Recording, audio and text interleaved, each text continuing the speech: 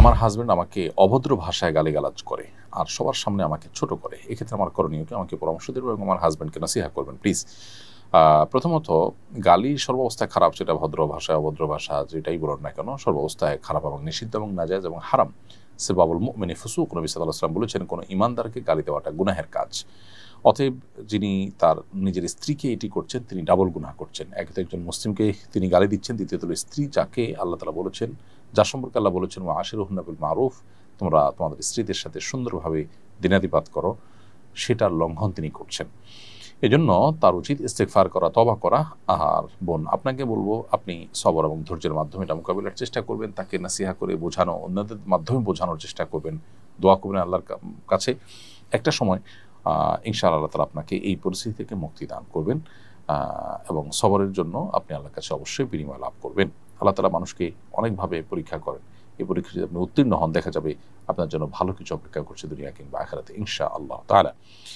এমরি খায়রুল ইসলাম আপনি লিখেছেন, আমার বিয়ে পড়ানোর সময় হুজুর ভুলবশত আমার বউয়ের ইজাজত নেননি, তবে কাজী সাহেব কাবিননামায় মেয়ের স্বাক্ষর নিয়েছেন, আমার বিয়ে কি সহি হয়েছে?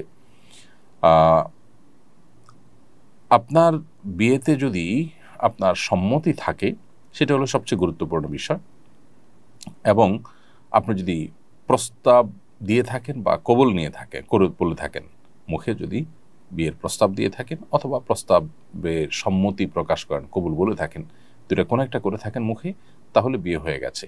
আলাদা করে ইজিন বা এজাজত নেওয়ার প্রয়োজন নেই। যদি আপনি মুখে কোনো কিছুই না বলেন, শুধু স্বাক্ষর করেন, তাহলে সেক্ষেত্রে বিবাহ বিশুদ্ধ হবে না, এ বিয়ে আবার পড়াতে হবে। আমার বোন ঢাকায় পড়েন, বাবাকে নিষেধ করলেও উনি বারণ করেন না। নারী শিক্ষার্থী দূরে একা পড়ালেখা করতে পারবে কিনা? যদি মাহরাম নিয়ে আসেন, দিয়ে আসেন এবং সেখানে পর্দার সাথে পড়ার পরিবেশ থাকে, তাহলে হলে থেকে বা আত্মীয়স্বজনের বাসায় থেকে যেখানে পর্দার সাথে পড়তে পারেন, আসা যাওয়া করতে পারেন, সেরকমটি করলে সেটা জায়েজ আছে। সেটা যদি না হয়, পর্দার বিধানে যদি ব্যাঘাত ঘটে, মাহরাম ছাড়া সফর করতে হয়, তাহলে সেটা কিন্তু জায়েজ নয়। আপনি আপনার বাবাকে নিষেধ করেছেন, তারপরেও তিনি করলে তিনি আল্লাহর কাছে দায়ী থাকুন। আপনি বোনকে বোঝাবেন এবং দোয়া করবেন তাদের হেদায়েতের জন্য। আমি আমার শ্বশুরবাড়িতে থাকি না, স্বামীর সঙ্গে তার কর্মস্থলে থাকি, মাঝে মধ্যে শ্বশুরবাড়িতে বেড়াতে আসি। শ্বশুরবাড়িতে এলে নামাজ কসর পড়তে হবে কিনা?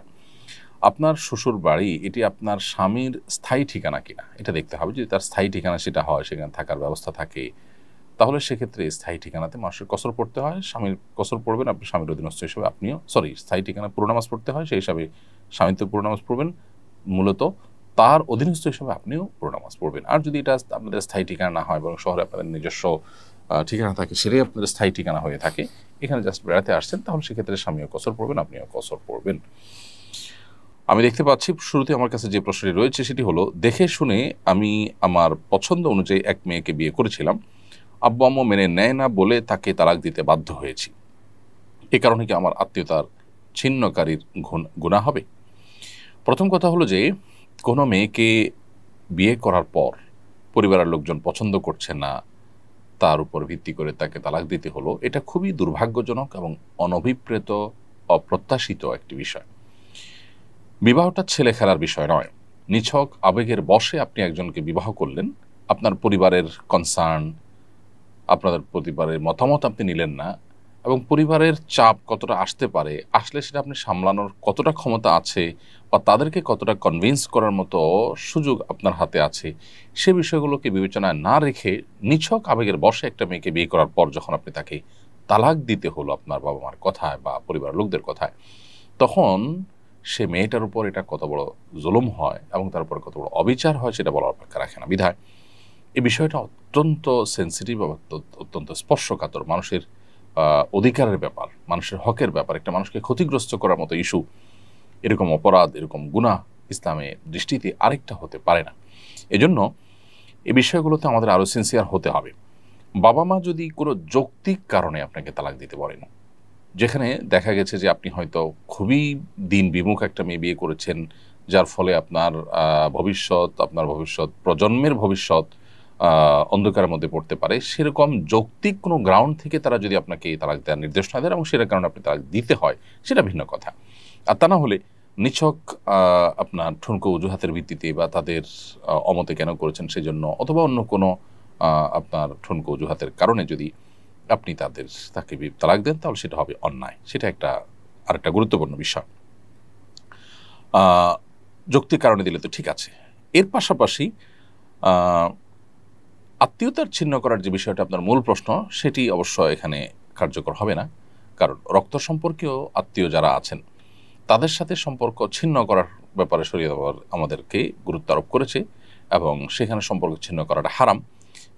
কারোর সাথে বিবাহ বন্ধনে আবদ্ধ হয়েছেন, তার সঙ্গে যৌক্তিক কারণে, শরিয়া গ্রাহ্য কারণে যদি তালাক বা বিচ্ছেদে যেতে হয়, তাহলে এটাও তো এক প্রকার আত্মীয়তার সম্পর্ক ছিন্ন করা। শরীয়ত এটাকে তো অনুমোদন করেছে।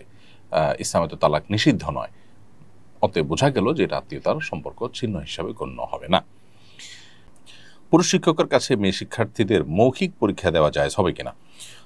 পর্দা মেনটেন করে মৌখিক পরীক্ষা দিলে সেটি না জায়েজ হবে না, সেটি জায়েজ হবে। পর্দা পরিপূর্ণভাবে পালন করে পুরুষ শিক্ষকের কাছে মৌখিক পরীক্ষা দেওয়া যেতে পারে। গুনাহগার বান্দি আইডি থেকে আপনি লিখেছেন, বাবার মামাতো ভাইকে কি বিয়ে করা যাবে? বাবার মামাতো ভাই আপনার জন্য মাহরাম নন। বাবার মামাতো ভাই এর সাথে আপনি মেয়ে হিসাবে পর্দা করতে হবে। যে আপনার মাহরাম নন তার সাথে বিবাহ বন্ধনে আবদ্ধ হতে কোনো অসুবিধা নেই, সেই হিসাবে বাবার মামাতো ভাইয়ের সাথে বিবাহ বসতে কোনো অসুবিধা নেই।